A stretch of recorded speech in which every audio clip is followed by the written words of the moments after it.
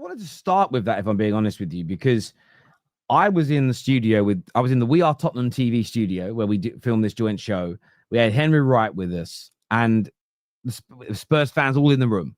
And they were buzzing just over 2 weeks ago. 2 here we goes in 24 hours, club moving like a big team, spending money. But obviously you got accused of cheating.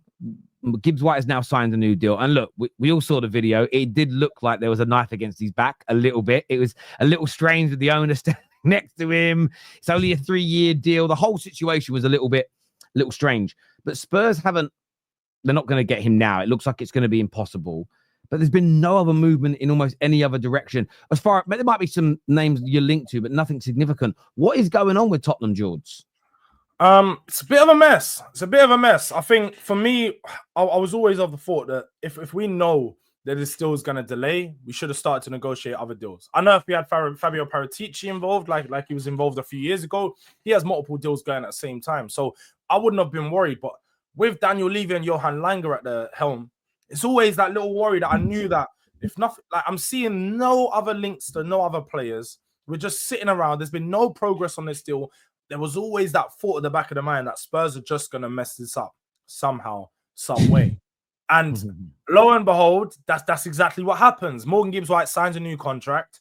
Marinakis is now on this PR train that we always win. Nottingham Forest have won this deal. They've done so great on this side of the deal to secure him on like some massive terms, and looked into it. The terms ain't even massive. If you actually go back a few years, I'm pretty sure Jesse Lingard is on more money at the time than what Morgan Gibbs-White is on right now, because he got like 180k a week at Nottingham Forest. So it doesn't really show that much ambition from Nottingham Forest as a club to keep him and so on. I generally think this was a case of Marinakis just didn't want his pants pulled down.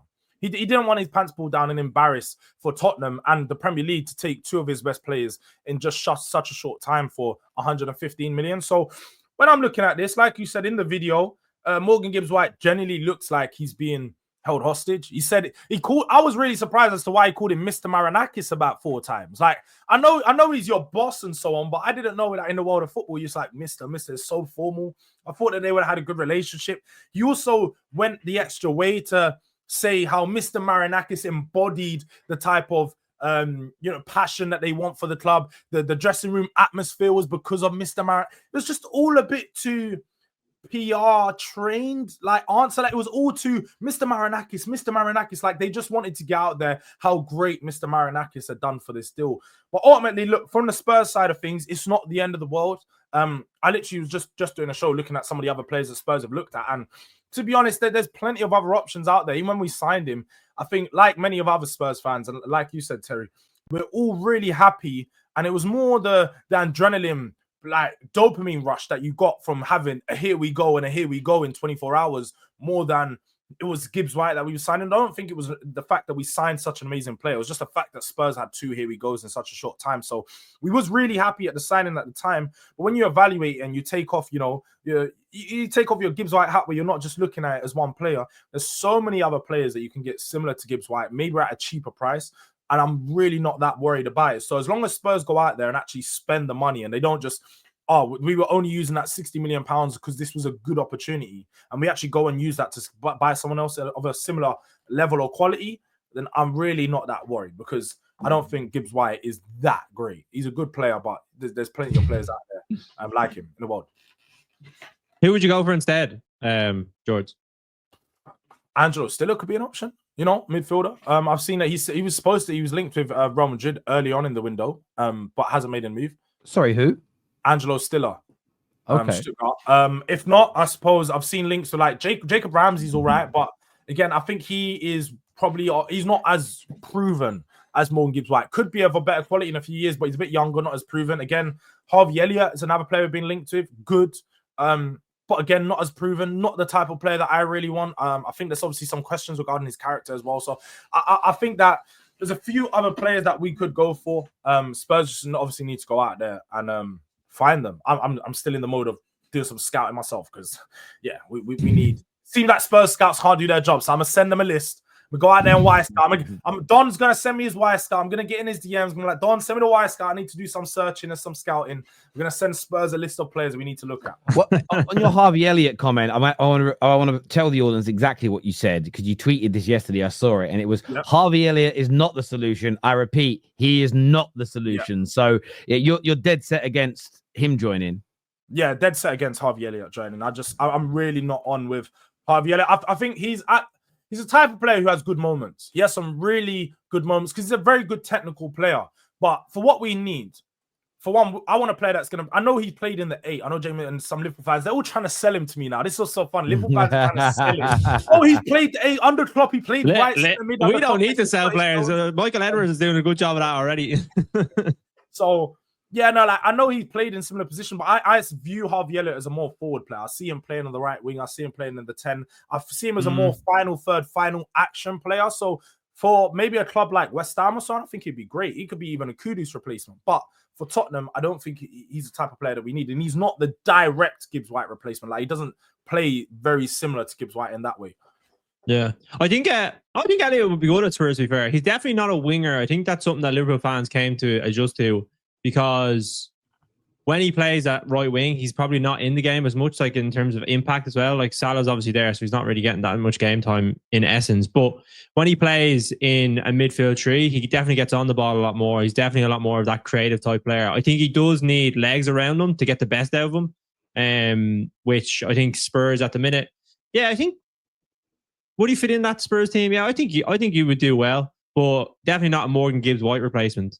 I'd probably look into more someone like Morgan Rogers if that was like an option. But I think Chelsea are obviously interested in him. I think he'd be a good fit as well, but I don't know if he would make that move.